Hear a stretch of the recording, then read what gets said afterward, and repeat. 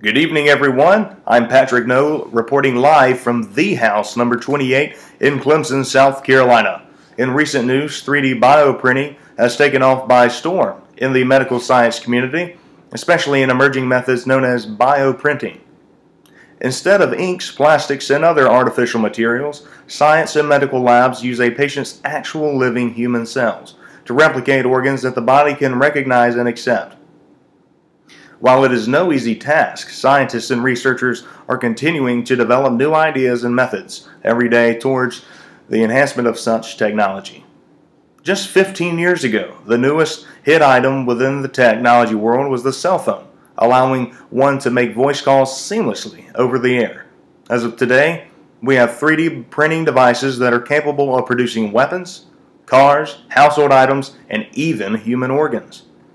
Winston Goldenham is with us today to tell us more. Winston. And the age of 3D printing is upon us, and so too are all the prickly questions over intellectual and physical property rights. But what are the implications of 3D printing when it comes to modern medicine? Imagine a future in which 3D printers aren't just producing auto parts or handguns, but also human organs. That reality isn't so far off, as labs around the country are experimenting with 3D printing technology to create body parts and internal organs. Now, this won't start happening tomorrow. There are a number of difficulties to it.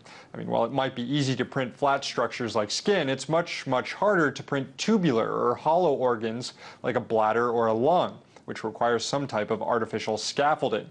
Stem cells extracted from the patient can be used as printing material for the 3D printer, but ultimately printing full-size functioning organs depends on figuring out how to also print small blood vessels, which so far no lab has succeeded in doing. Size functioning organs depends on figuring out how to also print small blood vessels, which so far no lab has succeeded in doing.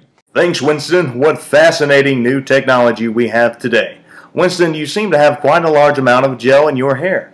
Gotta look good somehow, I guess. Please be sure to tell Susie Goldilocks that she's gained too much weight since the divorce. And back to the story. I can only imagine what kinds of results may be produced from this new and upcoming 3D bioprinting.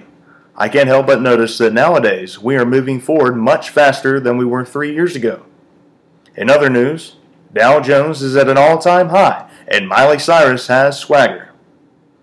Thanks for listening, folks. Be sure to take time to follow us on Twitter. Don't worry about Facebook because no one cares about it anymore.